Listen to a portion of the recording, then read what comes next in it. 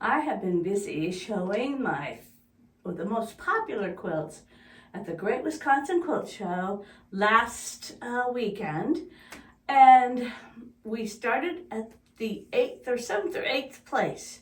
We are up to number 4 and 3.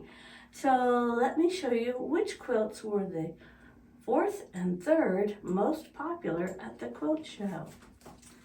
Here is Mushroom Zoom. Mushroom Zoom consists of lots of wild and colorful mushrooms. Of course, you don't need to make them that wild. And a fairly simple background. When I imagined this quilt, I thought they were mushrooms and they were living in a condo, and there were going to be lots of little critters under each one. But then I started with the little ladybugs. And oh, my assistant here, I better introduce her. This is Rachel, my granddaughter. And she helps me out, don't you? Yes. Okay, well, and Rachel, I put some ladybugs in, and I don't know if you can show better how these ladybugs show the stitching and the ladybugs. There's quite a bit to putting a little bug in a quilt. And so after I did the ladybug, I thought, oh dear, if I want to put a different little critter in each one of these mushrooms, that's a lot of pages in a pattern. So now this is a mushroom condo, which is quite selective. It only allows ladybugs, right? Yep. Right? Yep.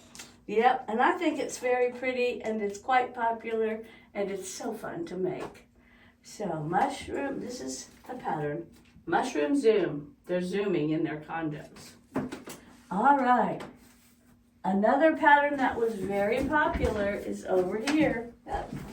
I'm going to come over here. This is barn dance. These are dancing barns, and you can make either a wall quilt or a table quilt.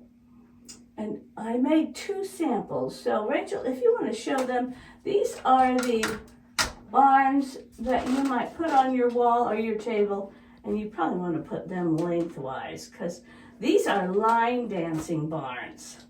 Each barn has a little square in the top that has a block in it, and there are several suggestions of blocks in the pattern that you can make for your barns.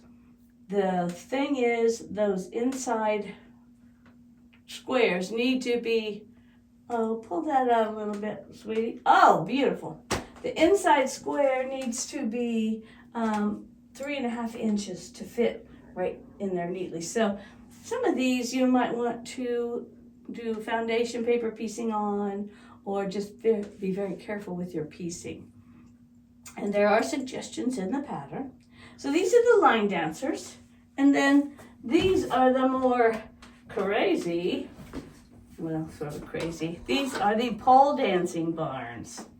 I thought, oh, I want something different. So this one can hang vertically like that on your wall. You could also put it on your table that way.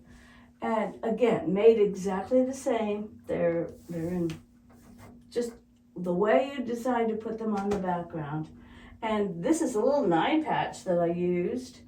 I think too, if you wanted to, you could find a pretty motif in a fabric and just cut it out, fussy cut it, and fit it into the top of the barn. So they're not hard to make. I used freezer paper to turn these edges down, and then I used fusible on parts of it, stitch it down with a blanket stitch. So those are 4 and 3 of my patterns, and next time I see you, we're going to show you 1 and 2. Thanks for watching.